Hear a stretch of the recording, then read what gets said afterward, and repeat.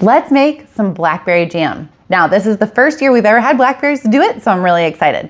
Our kids helped us out with this step. When the bugs floated to the top, they just picked them out, and this is a cup of water with soap in it. Now that we're all clean, we're gonna move to the next step. We have strained our berries. I have dumped them into my large sauce pot, and then I added 2 tablespoons of lemon juice. That just helps with the acidity level if we're canning it, which we are. I'm just going to mash my berries just a little to kind of help them break down. I have it on like medium-ish heat, and we're gonna let them simmer for a few minutes. Keep it inside the pot. Okay. And get those ones. There you go. So my berries have simmered for a few minutes. I am going to take them and pour them into a food mill. Now, a food mill just simply helps remove the skin and the seeds. You just put whatever size strainer you want at the bottom. You pour your fruit veggie on top, and then you just simply spin the crank at the top. We're going to measure out 4 cups of the juice after we ran it through the food mill. Hopefully it'll be right on 4 cups. Well, would you look at that? I don't think you could get any more perfect than that. That's exactly 4 cups of juice. Perfect. So we are gonna take our 4 cups of juice and we're gonna pour it back into our stock pot. We're gonna grab 2 to 3 spoonfuls of the leftover seeds from our food mill to add back into our jam. We're just gonna pop it back in. So our recipe calls for 7 cups of sugar, but we are gonna do 5 because we feel like 7 is a lot. So that's 1, 2, 3, 4.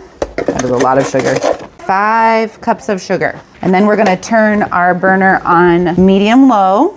And we're gonna stir and we're gonna heat it until our sugar is completely dissolved in our jam. Okay, that looks like jam. Does it? I don't think it looks like jam just yet. Here, you wanna stir? Yeah. Good job. Oop, keep the spoon on the bottom, please. Our jars that we're sterilizing have been in the pot for about 10 minutes. So we're gonna turn our heat off. We are gonna use our can holder, and we're going to very carefully pour the boiling water back into the pot and set our sterilized jars onto a wooden cutting board. You always wanna put hot liquids into hot jars when you are canning them. There we go. Now we're gonna put the lid back on our pot to keep this pot nice and hot for when we are ready to add whatever it is we're canning, in this case blackberry jam, to water bath. This is starting to look really good. The sugar is dissolving. Okay, so we're gonna check our temp. We want it to be 221. There it is. And we're gonna ladle it into our prepared jars. That way we can water bath them here shortly. Can I have some jam after, Mommy? I never ate jam.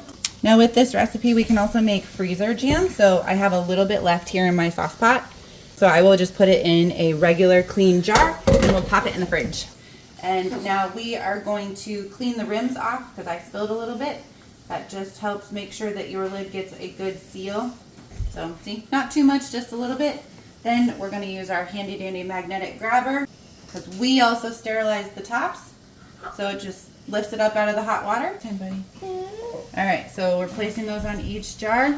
And then as a rule of thumb, when we can, you're just gonna take your ring. We put it on finger tight. That's how you lift them. Make sure you hold tight pressure. Okay, so I am adding some water, making sure all of my jars are covered. We processed our blackberry jam for 10 minutes. I'm going to use my jar grabber to very carefully take them out.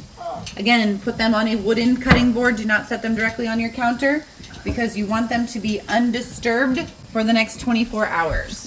So, did you hear the pop? If you have sealed your jars correctly, sometimes when you take them out, you will hear them pop.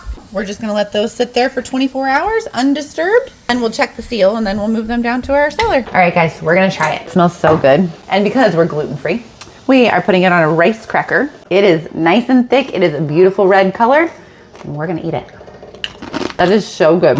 Where's the spoon? We gotta eat this thing with a spoon. But, guys, it is so good. Run, don't walk to make this thing.